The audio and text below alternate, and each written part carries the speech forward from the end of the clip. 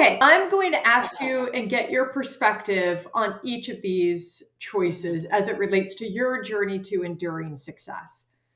And the first is making a first choice, because I just, at least I've experienced that success begins with making our own choice. Nobody can choose for us, right?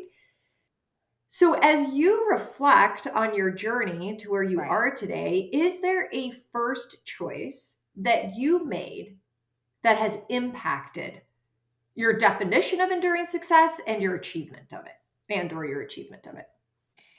Yeah, I mean, I think my first choice, as cliche as it sounds, is just kind of putting myself first. My first choice was to just listen to myself and doing the things that I want to do instead of doing what everybody else, wants to do for you. Um, for me, I think a big wake up call, me personally, was COVID. I was out of work for 3 months, and I had a lot of time to kind of just like reflect on my life. And I'm the type of person where I always like try to challenge myself. I always try to do like, the next best thing for myself. And I think COVID really like made me reflect on my life a lot. And that, my first choice was to just do what was best for me. And with that That's was, awesome. And opening you up my knew, own so you made the business. choice So, and then took whatever steps and whatever time, and to where mhm. now you're celebrating your 1 year anniversary.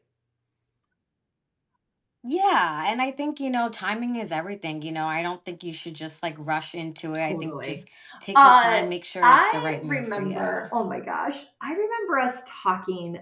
This was years ago, Abby, years ago. And we were talking about um, Mm.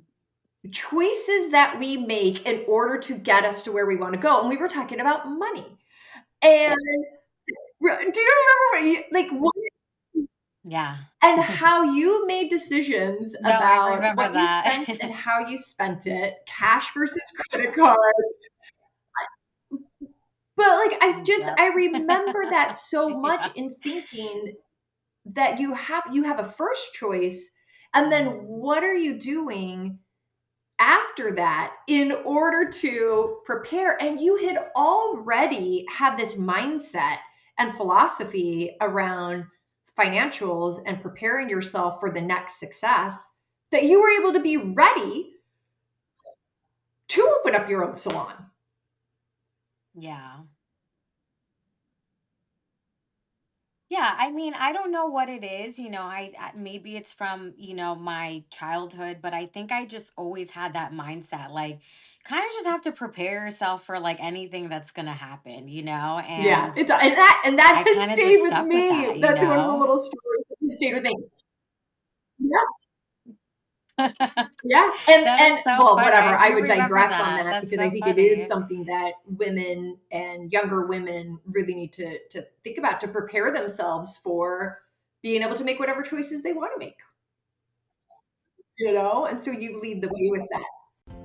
Thank you for joining me for this episode of the Choose and Become interview series.